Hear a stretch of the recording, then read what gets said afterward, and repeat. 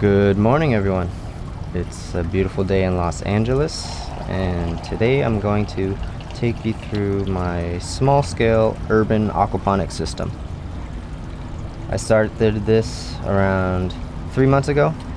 It's been up and running for about 2 months, and it's a really small area. It's about 4x6 balcony. I spent maybe about $500 total on this whole project, so pretty cheaply. Probably could have done it even cheaper had it been a little bit more frugal. So in more detail, what we have powering this whole system is a 20-gallon fish tank. Inside are 4 minnows, 2 goldfish, and 1 pleco. Oh, there's a pleco. Hello, Mr. Pleco. The sucker fish. The minnows have actually really thrived. They've actually spawned.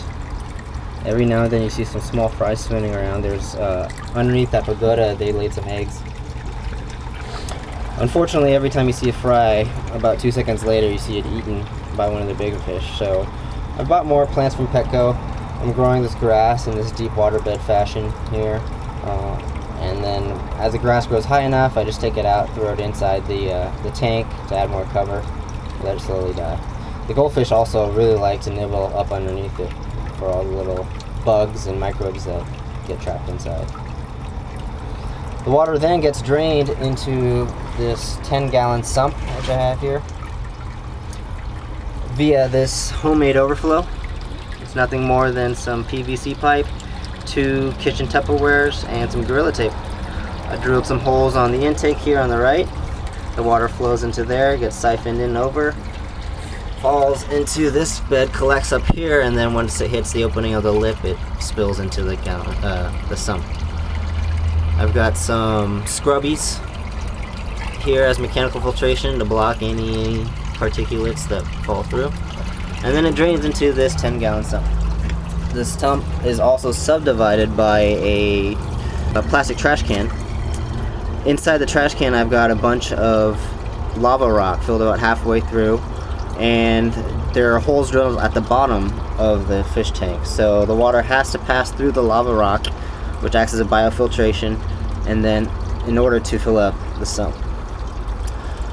Then in the sump here I've got a pump pumping the water back to the fish tank and the 2 grow beds. So I've got a Rio 1400 pump. Pumps about 420 gallons per hour, or per minute I should say. 420 gallons per minute with no feet ahead. I actually, in hindsight, I wish I would have got a more powerful pump to increase the circulation, primarily in the fish tank, just to have more flow. So the water gets pumped first into the large main grow bed, and I'm going to get back to that in a second. And then the third output goes into the 2 smaller grow beds, which I've got growing for myself.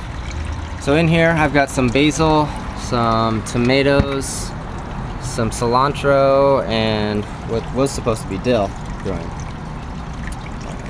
Unfortunately, we're facing east right now, and I've got high walls here, so right around 1 o'clock the sun goes away, and this is the first corner that gets shaded, so the dill doesn't really get a lot of sun. It's also got this giant tree in front which is blocking a lot of the sunlight, or the morning sunlight. And on top of that, within this little bunch of leaves here is a squirrel's nest. So this squirrel likes to come sit right here in the dill and drink the water.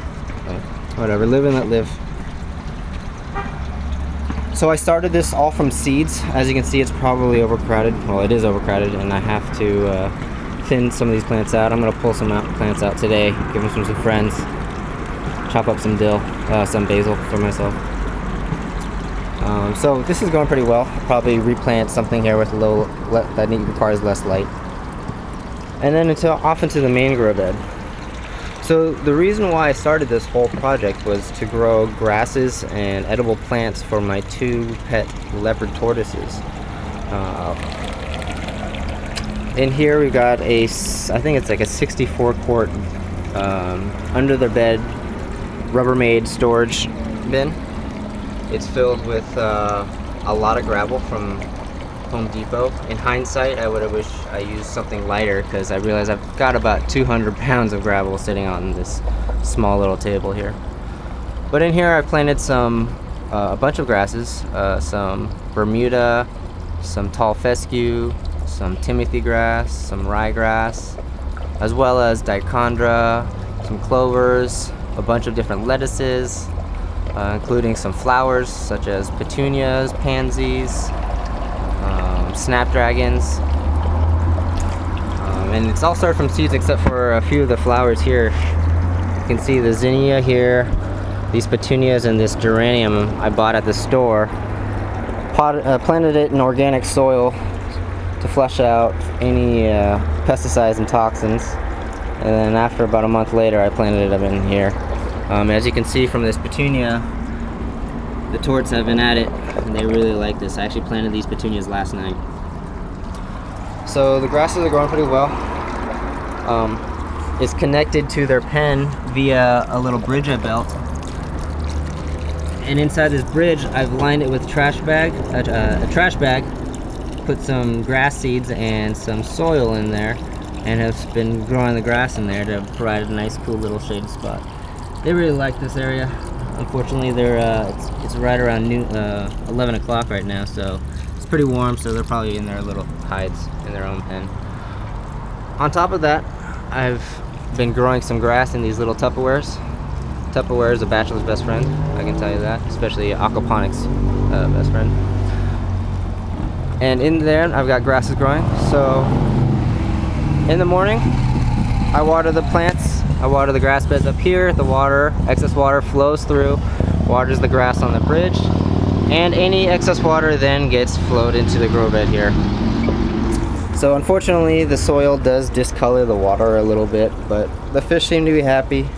The torts are definitely happy, and as you can see, I've got some standpipes here, bell siphons I should say, into this, in all three grow beds. The bell siphons siphon the water back into these two, go back into the fish tank, and then the one in the grow bed goes back in the sump, just because I couldn't get the flow right going through here. But as you can probably see, I get a really good oxygenation from the water, a lot of good turbulence and flow. Oh, there goes one right now. I'll see it go in a second.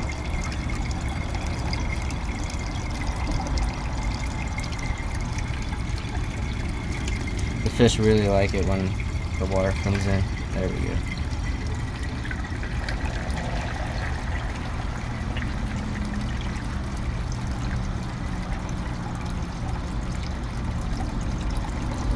So that's about it. Check back in a couple weeks, try to post pictures. I actually do have some other pictures here. The reason why this grow bed isn't flourishing as much as this one is because I actually had a fence here blocking off half of the grow bed so I can grow some more lettuces for myself, but my fence was no match for these two little tortoises. So I had to take it out and then redo the whole bed here. You can see there's a bunch of grass that's died over here. So I just reseeded it maybe a couple weeks ago. And there you have it. So I'd love to hear any comments.